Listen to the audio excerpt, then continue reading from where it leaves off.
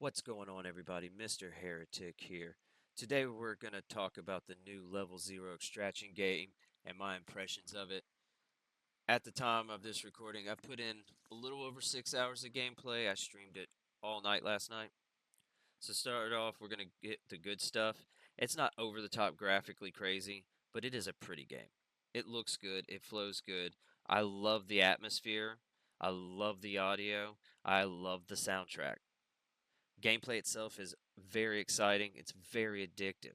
It doesn't take long to get into the game. It doesn't take long to figure it out. The learning curve's not too bad, and once you get going, it's extremely fun and it's very rewarding.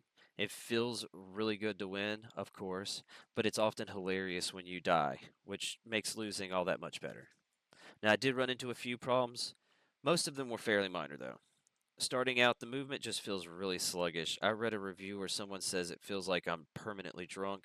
I don't know that that's quite accurate, but it's not far from the truth. I almost wanted to crank my sensitivity up, but it's I don't feel like that's going to make the difference. Really, just after playing a little while, you get used to it, and it's pretty solid. It feels a little sluggish. I was playing duos. We were searching for a third. This ended up being like a 50-50. Half the matches, essentially, it was just me and my buddy. We didn't get our third. The other half, we might get a third. We were together. He's fairly good at games like this and has played the beta. It really wasn't that big of a deal. But if you were solo trying to find partners, couldn't get anybody, that could potentially be a detriment.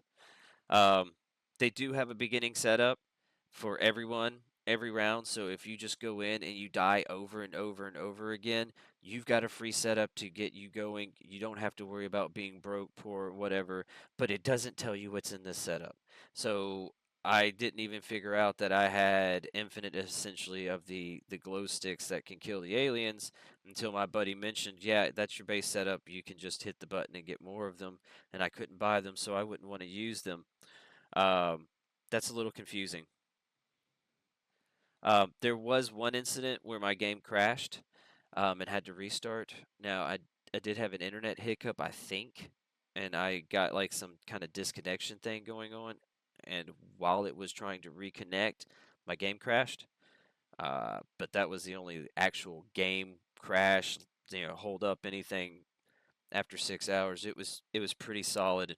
Uh, it was pretty solid. So overall, I had a ball. I thought it was a great game. I had a great time playing it. I had a great time with my buddy. I'm looking forward to playing it solo, which I'll be doing in a little while. We played a lot of mercenaries. We played a little bit of the aliens. We won. We lost. But overall, it was a good time. It was a good game. There weren't really any mini bugs at all. The only really downside that I could say was I did buy the fancy expensive edition that has skins. Apparently, I can't use these skins until I unlock them at some point because this game is going to have a wipe every month or 2 months or 3 months, however often. That means I paid for skins that I now have to re-earn every time the game wipes, and I can't use them until I earn them, even though I've already paid for them. So there is that. Honestly, I couldn't care less. That's not really a big deal to me. It was a fun game. I had a great time. I look forward to playing more of it. And I don't think this review is going to change too terribly much as I continue to dump hours into it. I appreciate everyone for checking this out. If you're still hanging out, please remember to like and subscribe, and hope we'll catch you in the live stream. Peace.